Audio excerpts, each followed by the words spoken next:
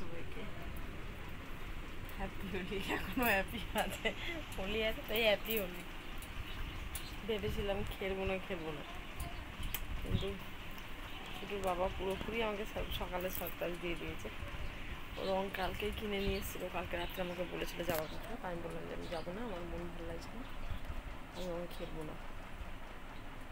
তো সকালে বললো রং কিনতে যাবো। আমি ঠিক আছে, যখন এত অল্প বলছো ঠিকই যাবো।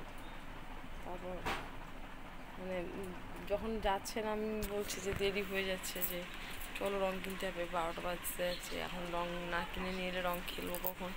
তারপর হচ্ছে যে রাস্তায় ভিড় হয়ে যাবে অনেক, সব ছেলেরা বেরো আমাকে নিয়ে যাবে, তখন বার করলো। বাড়িতে তো আমরা ভিডিওতে দেখিয়েছি সবার সাথে, আমরা খুব এনজয় করেছি।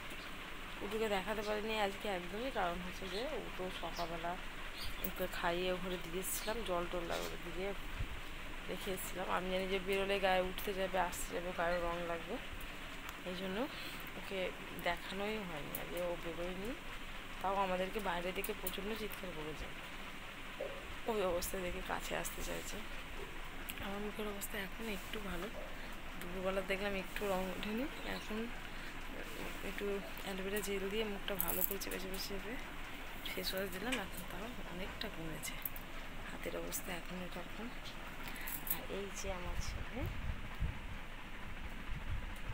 রং দিচ্ছে। আমাদের বাড়িতে আজ সবাই নিরামিষ খায়, যেহেতু পূর্ণিমা, মানে সবাই বলতে ঠান্ডা তো নিরামিষই খায়, আর শ্বশুর খায় শুধু ঠান্ডা দিই।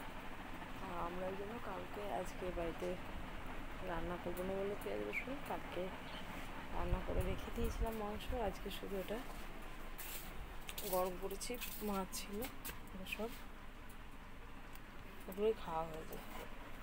খেয়ে দিয়ে স্নান করে বুট বাবা একটুখানি রেস্ট নিয়েছে, সঙ্গে সঙ্গে ওর অর্ডার ঢুকেছে সুইগিতে, তো কাজে চলে গেছে, বেরিয়ে গেছে দুপুরবেলা।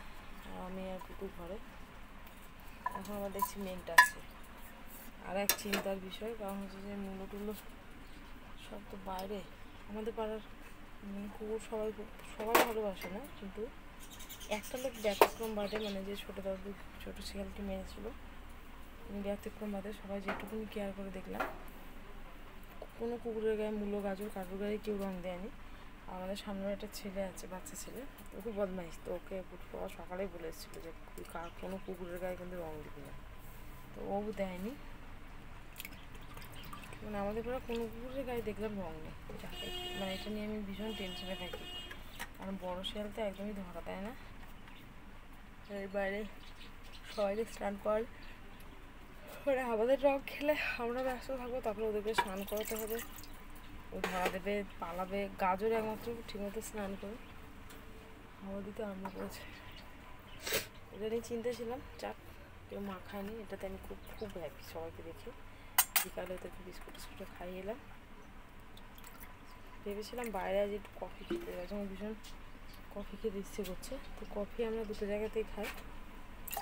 একটা গঙ্গাধার রেস্টুরেন্ট আছে, ওখানে ব্ল্যাক কফিটা খাই, আমার খুব ভালো লাগে। আর একটা আছে কেস মলে, ওখানে ব্ল্যাক খাই না, দুধ দিয়ে খাই, কফিটা ভালো লাগে।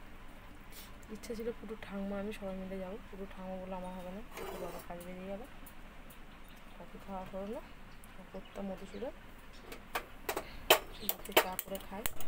মেঘ ডাকছে, কুকুরকে আবার ওখানে দিয়ে আসতে হবে, কারণ হচ্ছে যে আমাকে বারবার বাইরে যেতে হবে, মূল্য গাজরকে ঢোকাতে হবে, আবার যদি বৃষ্টি আসে আর ও নাহলে খাটের তলে ঢুকে পড়লে একটু প্রবলেম হয়।